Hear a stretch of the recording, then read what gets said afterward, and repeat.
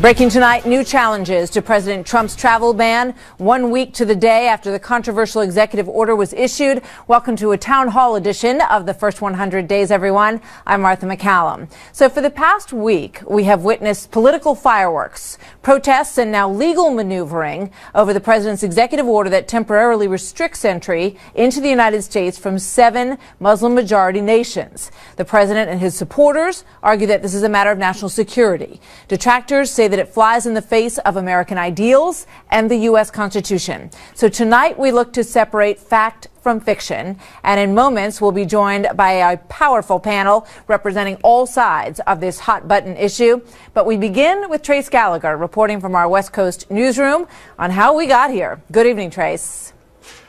Good evening, Martha. The executive order was the result of extreme vetting President Trump promised during the campaign. It barred nearly all travelers except U.S. citizens from Iraq, Syria, Sudan, Iran, Somalia, Libya, and Yemen. It also suspended the refugee program for 120 days to give the Department of Homeland Security a chance to review screening procedures. But there were questions as to how much guidance Homeland Security and the Department of Justice were given about how to implement the order. Even many who support the intent of the order criticize the rollout and the chaotic aftermath. Because when the order was signed, some visa holders and refugees were already flying to the U.S. Upon arrival, they were detained and in some cases turned around. Listen. They just had no time to prepare. So you're getting on these flights thinking that, when you go to America with a valid visa, you're going to be able to get through, and then you can't. We are a group of attorneys, translators, and other volunteers. We represent over 10 nonprofit organizations and 10 private firms. And while pro bono attorneys showed up at airports across the country, so did protesters by the thousands. The White House began pushing back, with the president saying that if he'd announced the ban ahead of time, he would have tipped off, quote, a lot of bad dudes out there. That in turn prompted criticism of Trump's use of the word ban. The president responded by tweeting, quote, call it what you want. It's about keeping bad people with bad intentions out of the country. But the White House then said this, watch. That's not a ban. What it is to make sure that the people who are coming in are vetted properly from 7 countries that were identified by the Obama administration. A ban would mean people can't get in. We've clearly seen hundreds of thousands of people come into our country from other countries. We should note federal judges in New York and Washington state issued emergency stays preventing travelers from being sent back to their home countries. And yesterday, an Iranian man who'd been sent home became the first person allowed to return to the U.S. following a federal judge's ruling. Martha. Thank you very much, Trace. So let's bring in our panel, a group of lawyers, veterans, civil rights advocates, law enforcement, political strategists, and everyday Americans who feel very strongly for or very strongly against President Trump's executive order. So let's bring everyone in. Good to have you all with us today. Thank you very much for being here. I want to start with James Pesci in the back row there. You are a veteran of the Iraq and Afghanistan war. Your personal feelings when you heard about this executive order and how you think it's going so far. So when I first heard about it, what I thought was the ability that the president's giving Homeland Security and the appropriate different departments the chance to take some time and to think about what's actually taking place. Well, what's going on? Who are they letting in? What are the review standards? Who are the agencies involved? How we're doing it and why we're doing it. When I saw that, it was great. I was like, okay, well, this is a good chance for us to take a pregnant pause and to see what's going on. When I started to look at, so I do analytics, social analytics. I went and looked at who is really driving the conversation.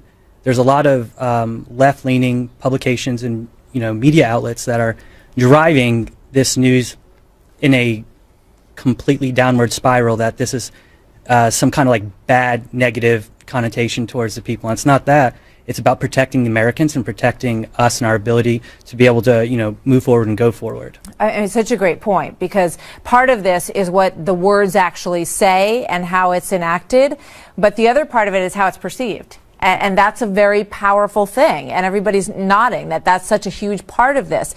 David Tafoya, let me go to you, former Obama administration. I know you're very much against this. Does it make sense legally, and does it carry forward in a way that makes us safer? That's the big issue here. I don't think that the executive order was drafted in a way that will make us safer. The reason is that it bans people from 7 countries, but those 7 countries have not been a source of the people who have come here and attacked us. None of those countries have been the place where people came from. The attackers in San Bernardino, the attackers in Orlando, and the New Jersey, New York bombings, those people didn't come from any of those 7 countries. So it's not well calculated. The purpose can't possibly be to protect us better, because if that was the purpose, they would have picked the countries that sourced those people. I think it was an effort to make an announcement to the world that we are going to be tougher on Muslims in general.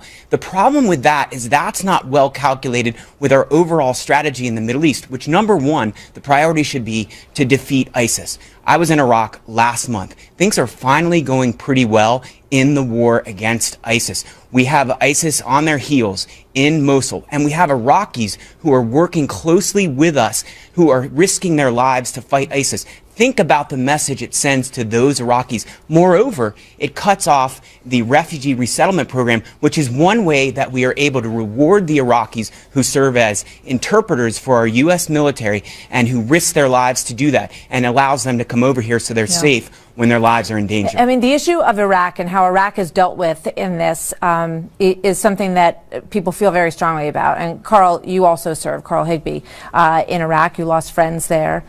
You worked with interpreters, no doubt. You worked with people in Iraq who were there to help. And the feeling is that they feel slighted by this, that they're not sort of embraced in this. Is that true or not? Do you think? No, and the thing is there's many interpreters who do feel that way, but there's many who don't, like such as Johnny Walker, who's been out on this program with you.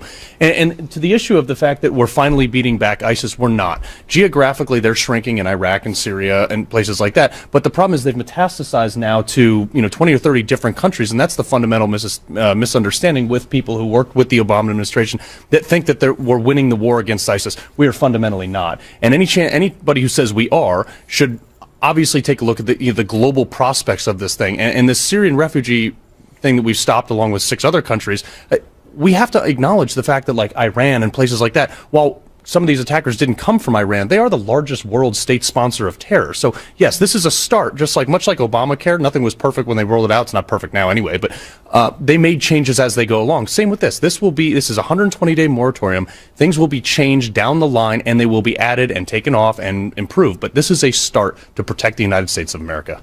So raise your hand if you think that the rollout of this went well.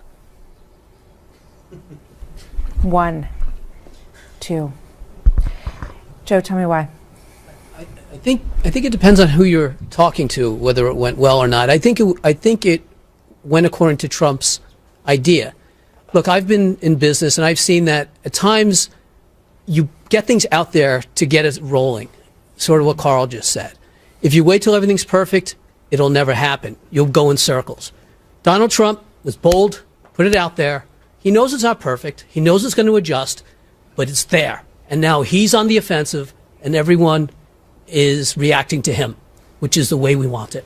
So someone who believes that it didn't go well, what damage do you think was potentially caused by that, Darren? Well, it caused an isolation effect. You have people coming from different countries, and they feel a level of isolationism. But just going back to the countries that were placed on this ban, why wasn't Belgium placed on this list? We see strictly Muslim countries. However, when I look at Belgium, they have one of the worst vetting processes out there. And when we take in consideration, as Carl mentioned, with the Iraqi interpreters, we're training Iraqi fighter pilots in Arizona as we speak. And so that provides more of an isolationist theory from us as Americans, and we need to embrace the Iraqis as allies. Who thinks that this ban could potentially stir up more hostility, more violence towards our country? Qasim Rashid, please. Well, it will stir more hostility because it's sending a very wrong message. You have someone like Rudy Giuliani saying that the president called me and said, make it a Muslim ban and make it look legal. Now, whatever he meant to say, what came out is we're trying to legitimize bigotry against Muslims. What we have with us right now is a suspension of people from 7 countries that have never harmed us. We had a horrible situation in Canada where 6 Muslims were murdered by a white supremacist, and the president didn't even bother calling it terrorism or acknowledge the fact that it's white supremacy. And now we're compounding that with the president removing the federal surveillance on white supremacy organizations altogether, who, by the way, the FBI has acknowledged and admitted is the single biggest terror threat to America, more than ISIS. So the message that's being sent is that white supremacy terrorism is okay, and we're going to let it flourish, and we're going to target Muslims, even though the FBI tells us that the greater threat is white supremacy. And that is going to allow us to be more vulnerable.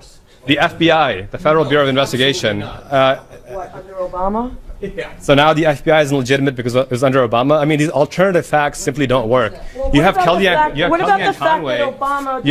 Conway citing a massacre that didn't exist. Well, she has since amended her answer on that and said that she meant to refer to it as a plot that was in the works, and those people were sent back. But Diane, go ahead. Did you want to respond? People are forgetting. Was this not the same list of countries that Barack Obama had listed? And so why is it now that it's about isolationism and white supremacy? No, we have to understand that we have sovereignty in this country. We have a right to protect that. We had intelligence officers that in a hearing in front of Congress said, we cannot vet these people. We do not know who they are. They have no documentation.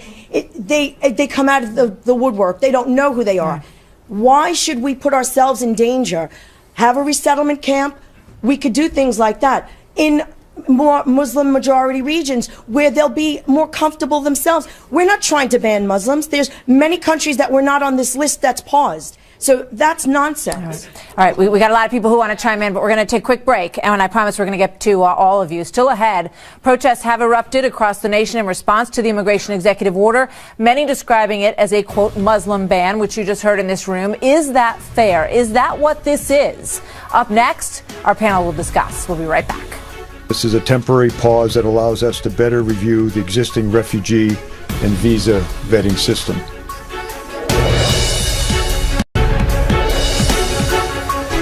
President Trump's executive order on immigration has dominated the news cycle, and it may have something to do with charged headlines like these. Slate magazine wrote, quote, "Of course it's a Muslim ban." Rolling Stone said Donald Trump's Muslim ban makes us less American. And Vox wrote this, quote, "Trump's Muslim ban is a huge gift to ISIS." So is that designation fair? The administration says unequivocally no. When he first announced it, he said Muslim ban. He called me up. He said, put a commission together, show me the right way to do it legally. And what we did was we focused on, instead of religion, danger. The areas of the world that create danger for us, which is a factual basis, not a religious basis. This is not, I repeat, not a ban on Muslims. Clearly, it's not a Muslim ban. It's not in any way associated with religion. All right, so let's get back to our panel to discuss this. You just heard all of those quotes. Yes, sir. Yeah, so I know Darren wants to pounce on what Diane just said a little while ago, but, the fact is, we had 8 years of an Obama administration who was pretending that there was zero problems with regard to Islamic terrorism, problems in the Middle East. He completely turned a blind eye to it. Now, people might have some issues with the nuances or the machinations that are going on regarding President Trump's new immigration policy, but at least he's actually trying to do something. He's actually addressing a real problem, and it's a serious problem. I actually totally disagree with my neighbor over here. Yeah, totally disagree with my buddy over here. You see, you got to understand one thing. First of all, President Obama never turned a blind eye to the Middle East. Okay, Yemen came in during the time of President Obama. He never gave it a critical look, though, either. He gave a critical look. He did not give it a critical look. He tried to do whatever he can do. The challenge over here is you're labeling it. You're labeling it. Not only are you labeling it, but you're also... you have the floor right now. Go ahead. You're not only are you labeling this, but you're also saying, but the Christians are allowed. And this has been said, but the Christians are allowed. These are refugees. These people their countries have been bombed, right? Your country, thank God, our country has not been bombed. All right, these people need to get out. They need a refuge.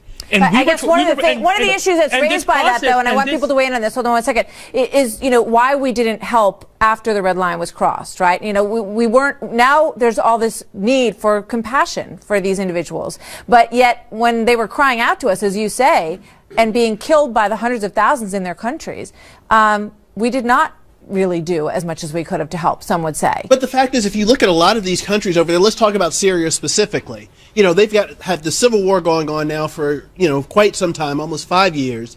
The Christians were the ones that are being probably the most persecuted there in that country. They've been driven out of their homes by ISIS. All the minority groups there had been pushed out, bullied, attacked by ISIS and other groups, fundamentalist groups over there.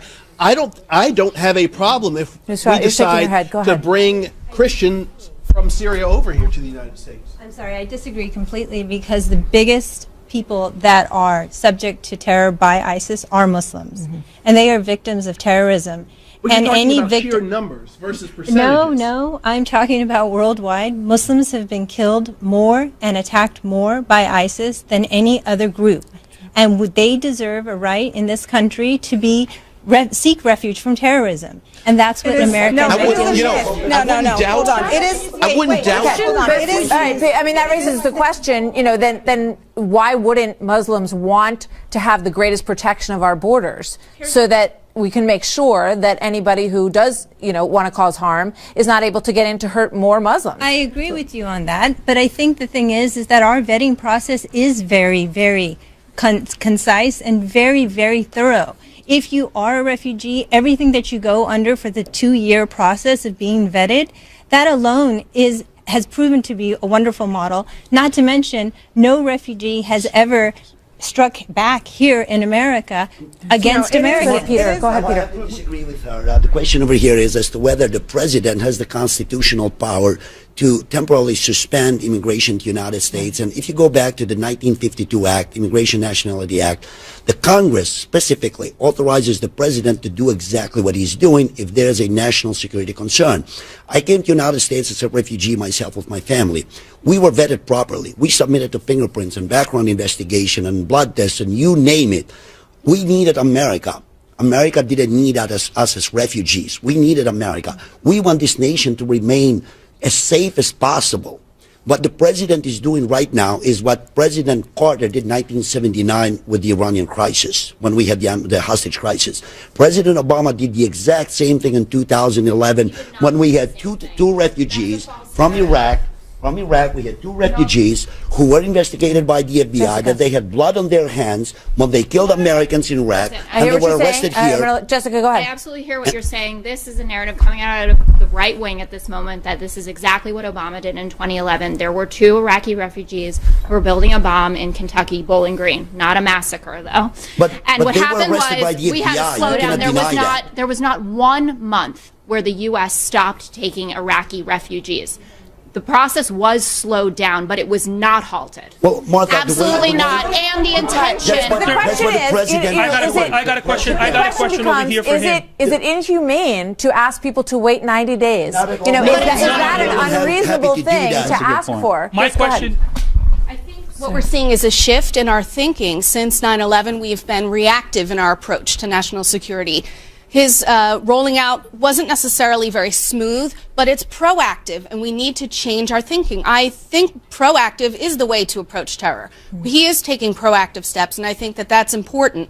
So, Martha, yes, go ahead, quickly, and last thought, then we're going to come right back. Stepping back, leadership matters. Leadership in the Muslim world matters as well. Right now, the narrative on Islam is defined by Daesh and ISIS. I want to look at proven models versus shallow theories on how to address this.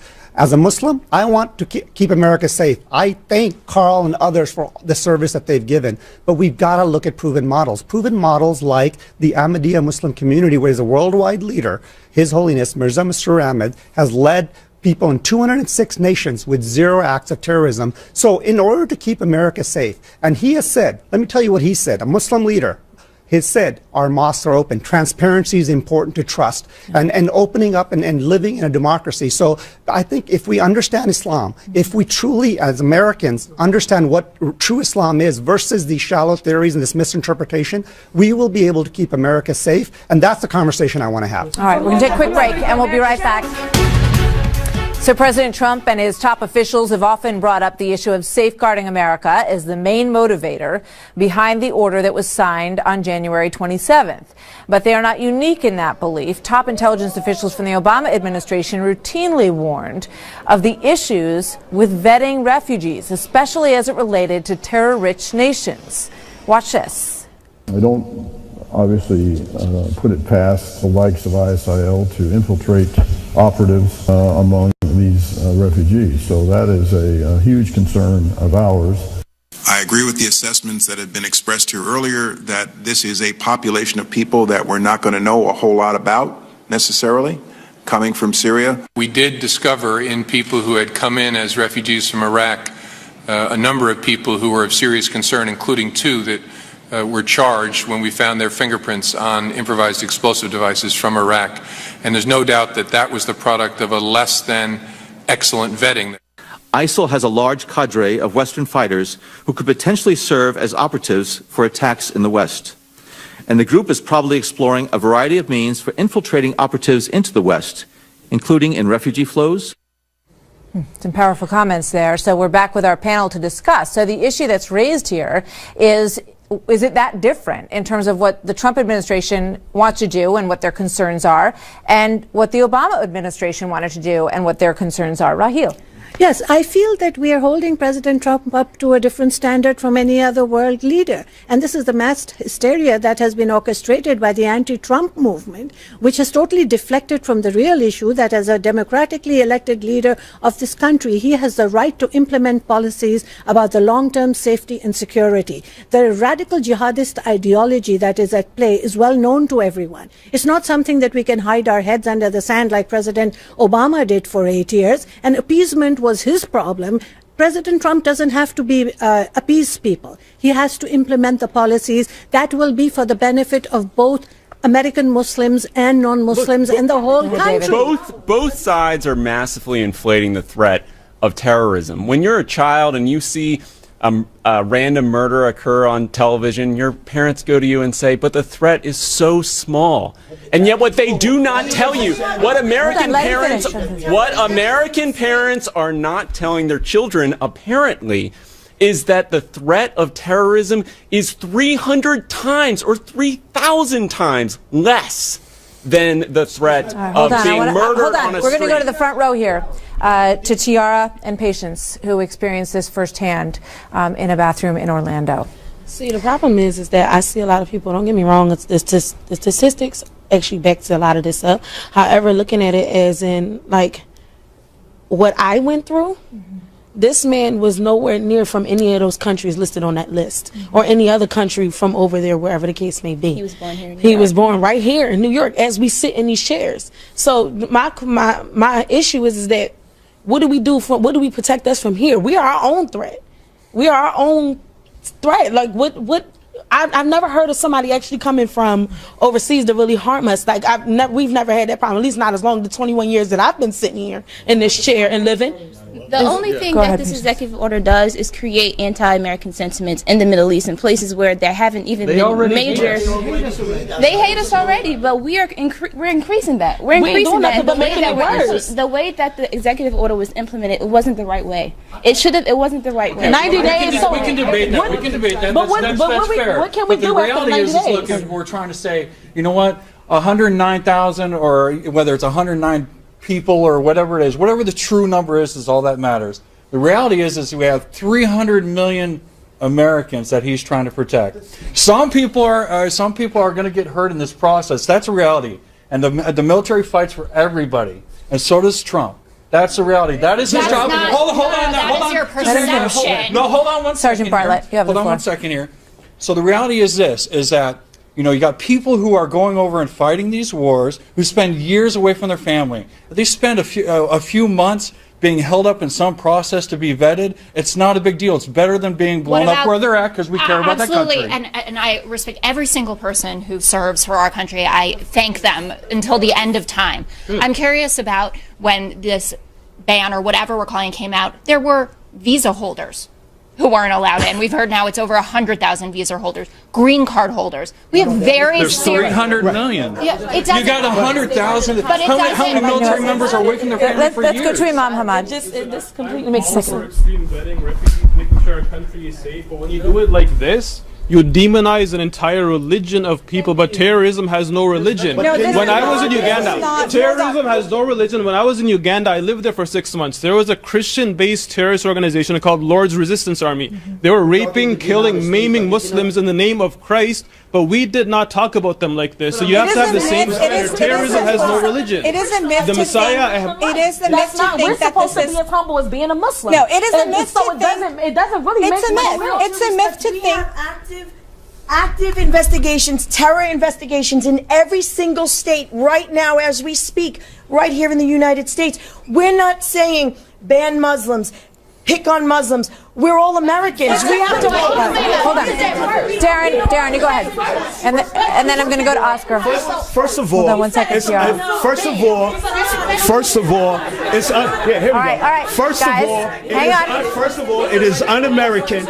Okay, I got it. Hold on a minute, you guys. Hold on. First of all, it is un-American ladies, to 1 second. discriminate All right, just 1 against minute. anybody. Let's go over here. Thank go you. Ahead. First of all, it's un-American to discriminate against anyone based on race, religion, or anything like that. I'm a veteran and also a retired law enforcement officer.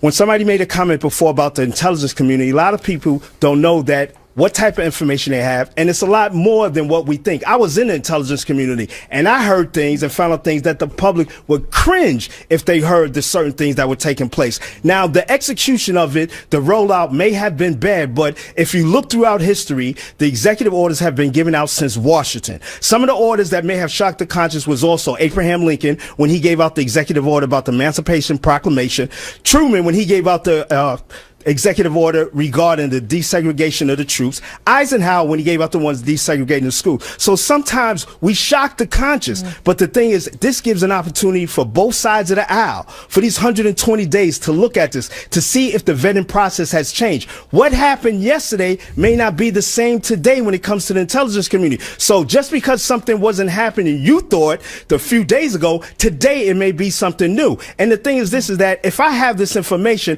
I'm not going to get on TV and say, you know what, I'm going to do this because the latest intelligence says that we have these type of threats. So certain times the intelligence community, we can't tell everybody everything that we know because it's going to be an issue. And the thing is this, is like I said, and I'll let go of the mic. The thing is this, is that discrimination against anyone is wrong. Discrimination. I'm not talking about discrimination. And the thing is, I agree, because it is right. The thing is this, is that it's 120 days. Okay. On that note, we're going to take a quick break, and we'll be right back. But hold on. Up next, President Trump's controversial executive order sparking massive protests in airports and cities across the nation. So is the order constitutional? That is the question that arrived in courts across the nation earlier today. We're going to provide you with both sides of the legal debate straight ahead so that you know what you think about this at home. You can decide. We'll be right back.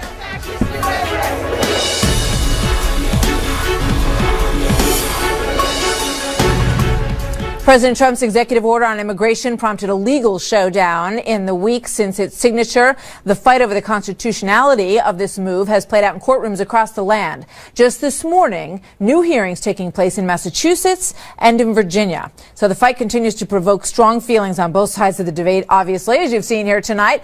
Here are renowned constitutional professor Jonathan Turley and Carol Rose, executive director of the ACLU. I think the odds are in his favor. This is not a Muslim ban. A court is not going to read into it that this is a religious test because it excludes most of these other countries. So back now with our panel. So hold on, we're going to go to the lawyers first here, folks. And I haven't heard from Richard Roth. Richard, welcome. Is it or is it not constitutional? Yeah, it's a very interesting issue. It may very well be constitutional. There's three issues. One is whether it's constitutional. Two is whether it's defined by the statute. And three is whether the procedure worked. The process aside, it may very well be constitutional. You give tremendous latitude to the executive branch in any of their orders, and it is very hard for a federal court judge, in light of our separation of powers and our three divisions of our legislature, our Congress, and our executive branch, to actually determine that an act by the president, which was done to protect, as it said, to protect the citizens, is unconstitutional. So I'm going to bet on the side of it being constitutional, but it is a close call, especially in light of the way it was done. Michael. I do believe fundamentally the president is a patriot, and as an immigration lawyer, I know the gaps and the gaffes when it comes to vetting. But the 1965 amendment to the 1952 Immigration Act clearly prohibits the president and Congress from using national origin as a measure of discrimination. It's as if the president took 7 people, beat them up with the prayer that Saudi Arabia, Indonesia, and the 11 million plus people that we have in our backyard are now going to act differently. Okay, then why did that not prevent President Obama when he took a pause from bringing in people from Iraq, or President Carter in the 70s when he took the same action against Iran? So what happens here is a vacuum has been created, Martha, by the deafening silence in Washington.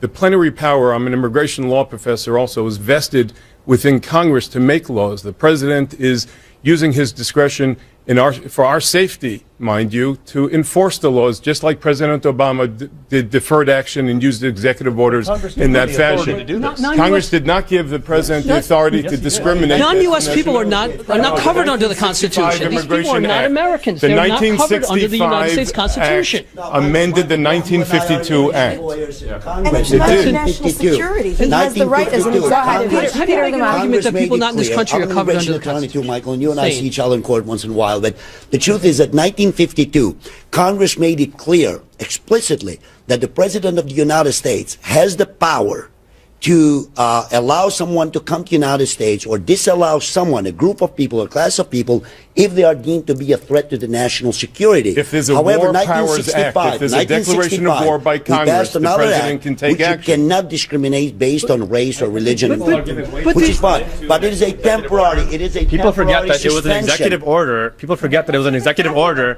that took 100,000 Japanese and put them in concentration camps. 40,000 of them were U.S. citizens. So we can't just say it was an executive order, therefore it must be done. In 1939, this is the last point I'll make. Shireen, you've been wanting to get in here. Let's give you a chance. We turned away 1,000 Jews, a third of them died in the Holocaust. We can't say never again and then repeat that. Thank you. If your belief system advocates for treating women like property, if your belief system allows you to kill, hold on, let me finish. If your belief system allows you to kill, let me finish. If your belief system allows you to kill homosexuals, then that belief system has no place in the civilized world. And that belief system that all Americans need to unite against is radical Islam. I'm an American Muslim. Exactly. We're banning radical Islam. Okay, We're betting for an ideology. but what you're talking about in terms of some of the tenets of Sharia and some of the things that we have seen happen in some of these Muslim countries is the essence of what the president is trying to protect against. He's saying if you want to come to this country, you have to respect the laws of the United States of America and the basic values. And that is something that has been operationalized since the beginning of time. When did we start conferring constitutional rights on I want to go to the back corner here. insane. Dr. Kashif Sharadi. Yeah, I just want to answer that question before I come to my main point. If anyone, anywhere in the world, believes in killing homosexuals, killing apostates, killing blasphemers, I completely agree with Shireen that they should be banned from this country. However, saying that my faith believes in these things is completely atrocious. Islam is against all these things. Islam stands for universal freedom of conscience and freedom of religion. See, this whole debate is very personal to me. Shireen, can you let him go ahead? This Finish whole your talk thoughts, about refugee ban and about religious extremism is very personal to me. I'm someone who sought refuge in the United States 8 years ago, escaping religious extremism and oppression in Pakistan. I'm a Muslim myself. And my Muslim community is persecuted there. I came here, I'm now a cardiologist. I spend my days saving American lives, day in and day out. And you feel that the language, absolutely, and you feel that the language of this insults everyone in your religion. Exactly. I mean, saying that, I mean, look, if you're banning, like Linda Sarsour, who lives in my neighborhood, and that woman, born in America, tweeting pro-Sharia law tweets. You had on the other night, it was a fantastic interview with Ms. Hirsi Ali. That woman, Sarsour, she's attacking women, saying that they don't deserve to be women. They should have that. She wish she could take their vaginas away. But she does not represent the entire religion that she's speaking about. All right, do we have to take a break? All right, hold on, guys. We're going to take a quick break. We're going to hear what our panel thinks when we come back, guys, of the government officials attempting to undermine the president by refusing his executive order when we come back.